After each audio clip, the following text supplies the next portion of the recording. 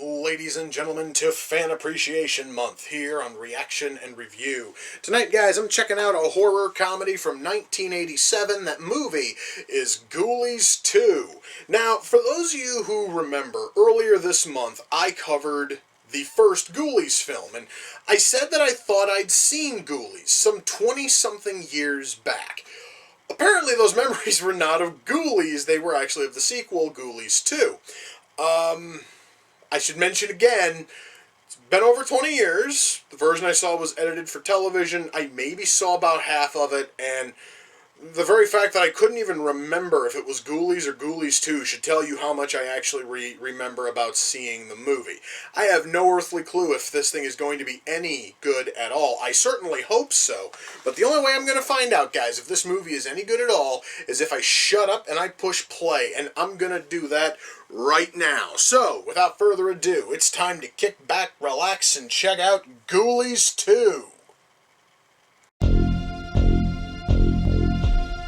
Well, guys, I can at least say this much. The puppets between the first film and this one have gotten a hell of a lot better. And I also just saw a stop-motion shot of a whole lot of the Ghoulies walking across shot. And it looked amazing. The special effects here have gone so far up in quality, it's almost shocking. Now, I just have to wait and see exactly how good the writing is. You know, guys, I really am hoping that this movie picks up, but so far, guys, the story about this failing fucking carnival, it seriously is just not doing it for me. And right now, guys, the only thing I'm hoping for is that our Ghoulies are going to be able to make this somehow fun. I'm just going to have to wait and see, I guess. Seriously, dude, you didn't have like a piece of chalk or a pencil or a magic marker or something to draw that pentagram on the floor? No. Just use the blood out of your freshly opened neck fucking wound, you know? Because why not? After all, blood honestly is nature's ink. I guess. What the fuck's going on? I think, guys, I've noticed something. The people in this town are the dumbest human beings to ever live. Besides the fact that they think that the Ghoulies are rats, when none of them look like any rats on the planet. For fuck's sake, one of them doesn't even have any goddamn hair. Besides the fact that they want to call the Ghoulies rats. But all of them are paying to watch this, and they're witnessing the Ghoulies as they're torturing and about to kill two worthless assholes. But they apparently think it's all part of the show. Ponder this for a minute. Everything else in Satan's Den is cheaply done horse shit. At what point would they all of a sudden have realistic dummies that you can behead and fucking guillotine? Or even actors who can pull it off? At what point does a show have shit everywhere and then suddenly like one fucking room where everything is great? I'm sorry, guys. It just sort of bothers me a little bit. You know, guys, that is probably one of the most satisfying kills I've seen in a movie in a long time.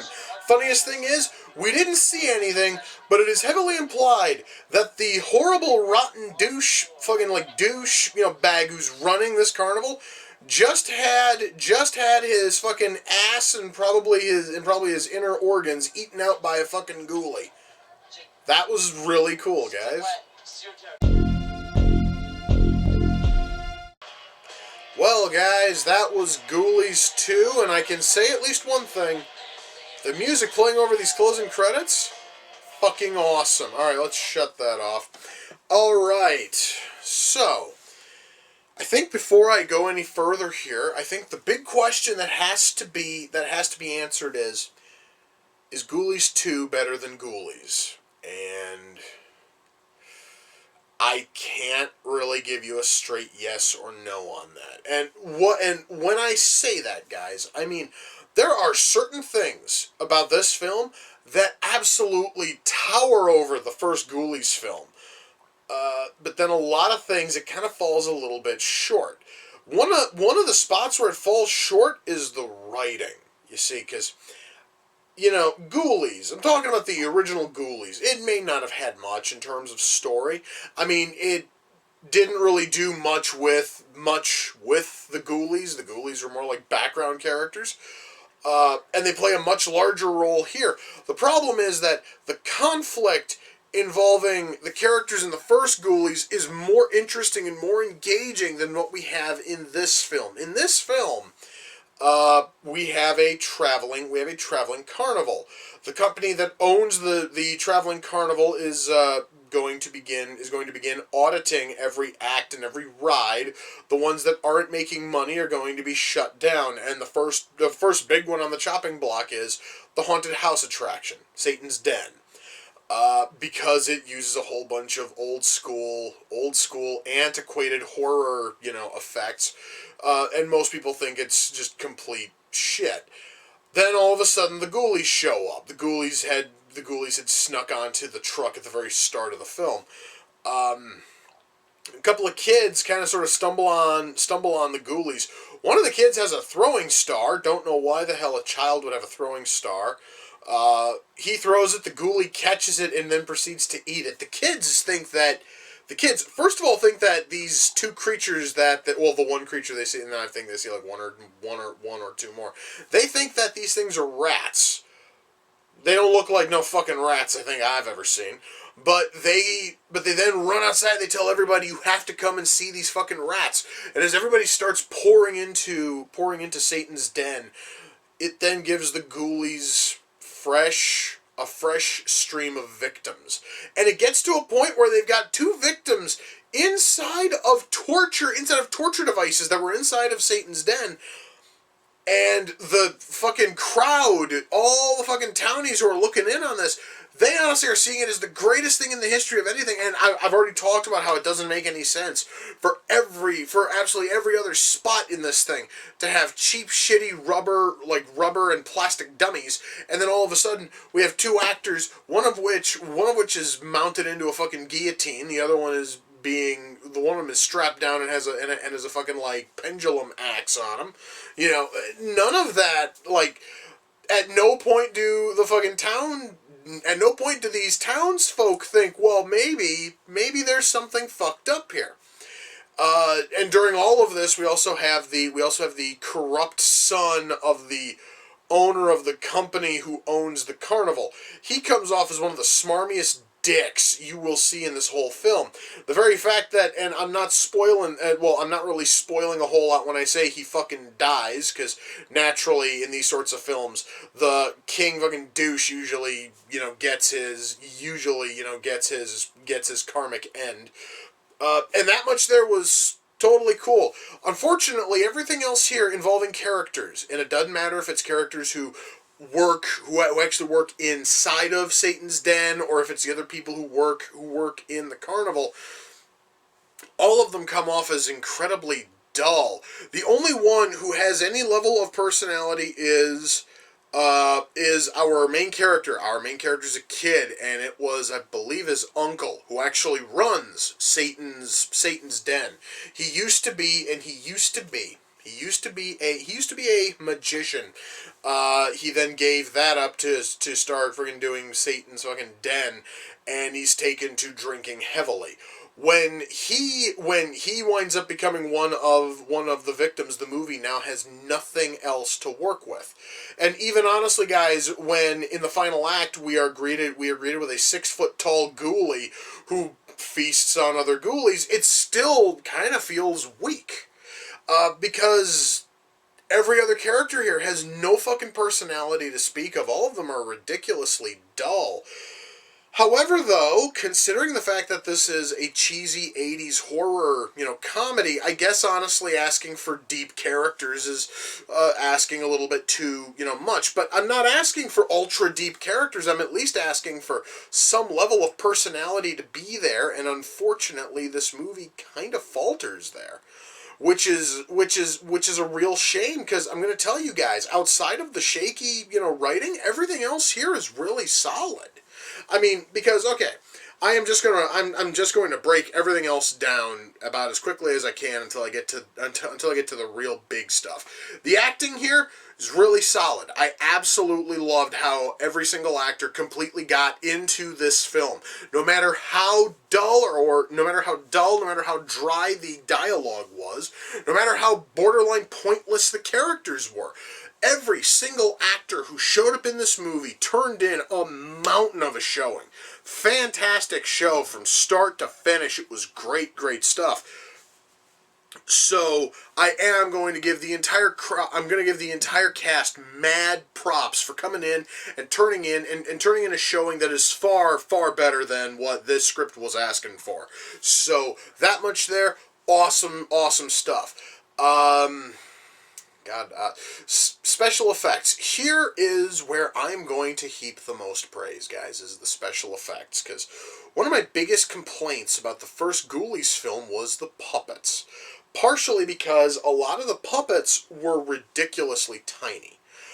Especially since I mentioned how our cover Ghoulie here in the first movie is a puppet about yay tall. The very fact that now it's like a full-sized puppet is great. The fact that it's like a full-sized puppet that can actually do things, and with all of these puppets, you aren't seeing wrinkles like wrinkles as the rubber moves and all of that.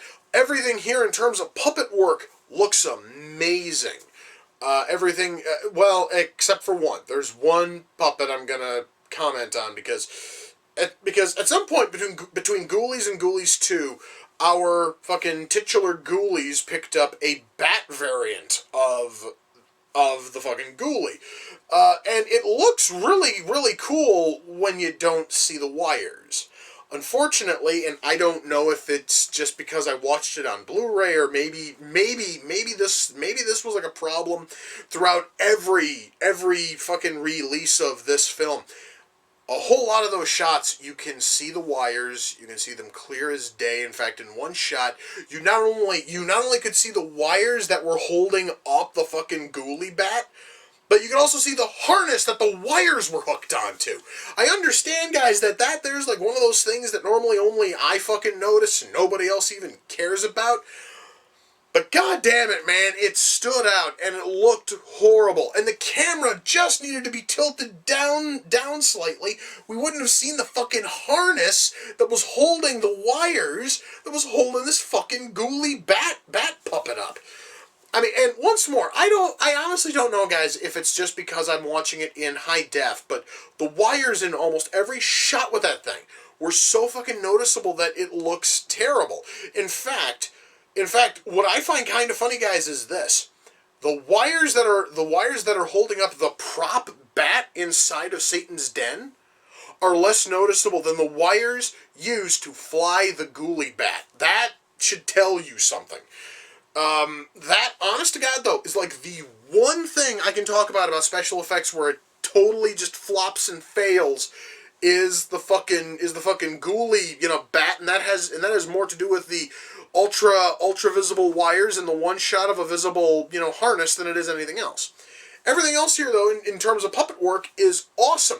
One other thing I can talk about that they did a stellar job with is stop motion.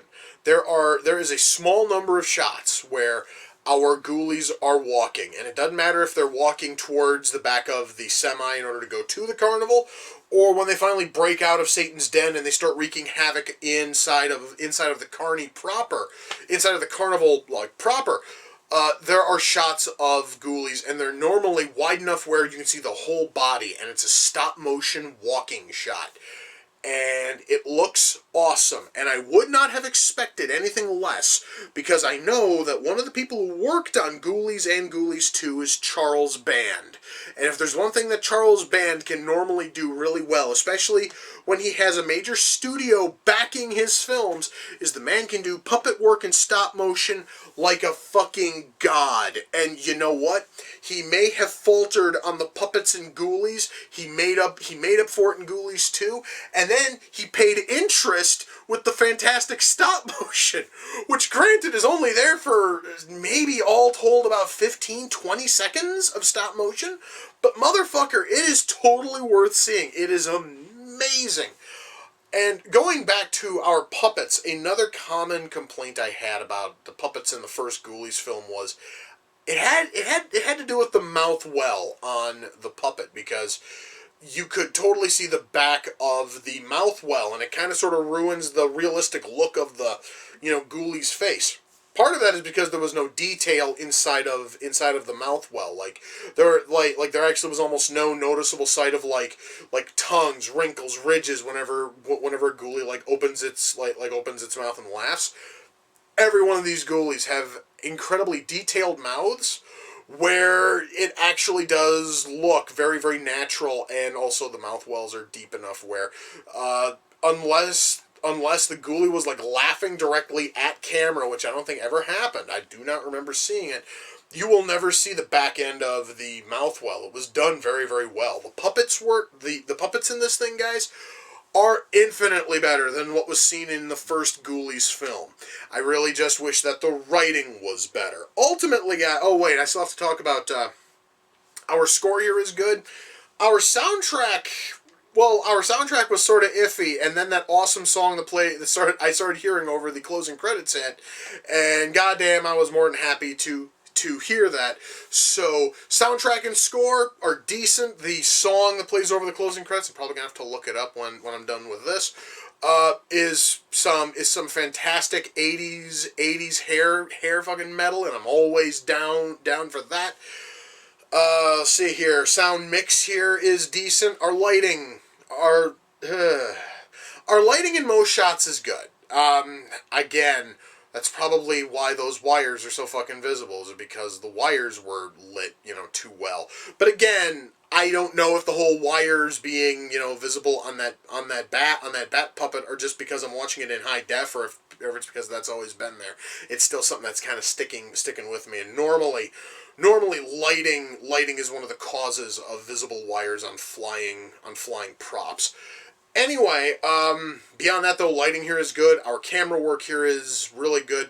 Oh, special effects. There's one other thing I have to talk about. I've talked about the stop motion. I've talked about the puppets. I have to talk about the suit work, because in the final act we see a 6-foot-tall ghoulie, which is just someone in a ghoulie suit, and it looks really good. It really does. It looks great.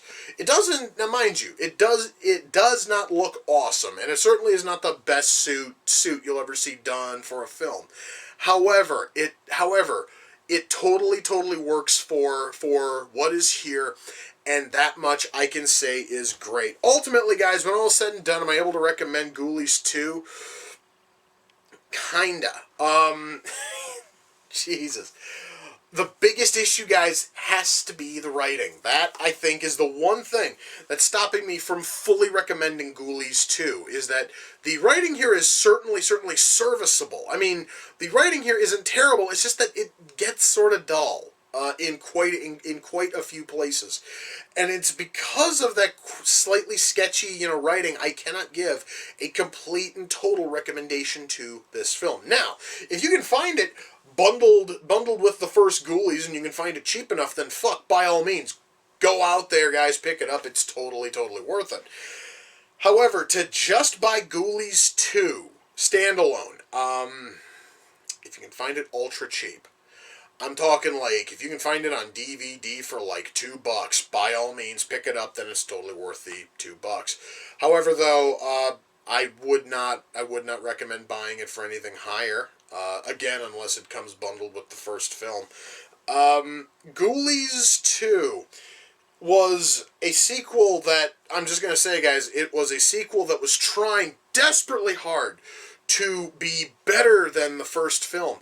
And in almost every conceivable way it was, except in the one place where it matters most.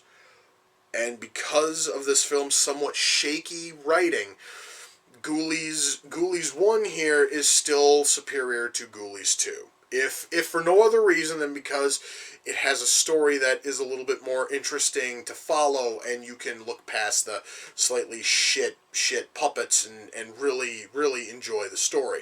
Ghoulies 2 is kind of sort of the opposite. You have writing which kind of sucks, and if you're able to look past that, you will see some amazing puppets, some awesome stop motion, some fantastic suit work.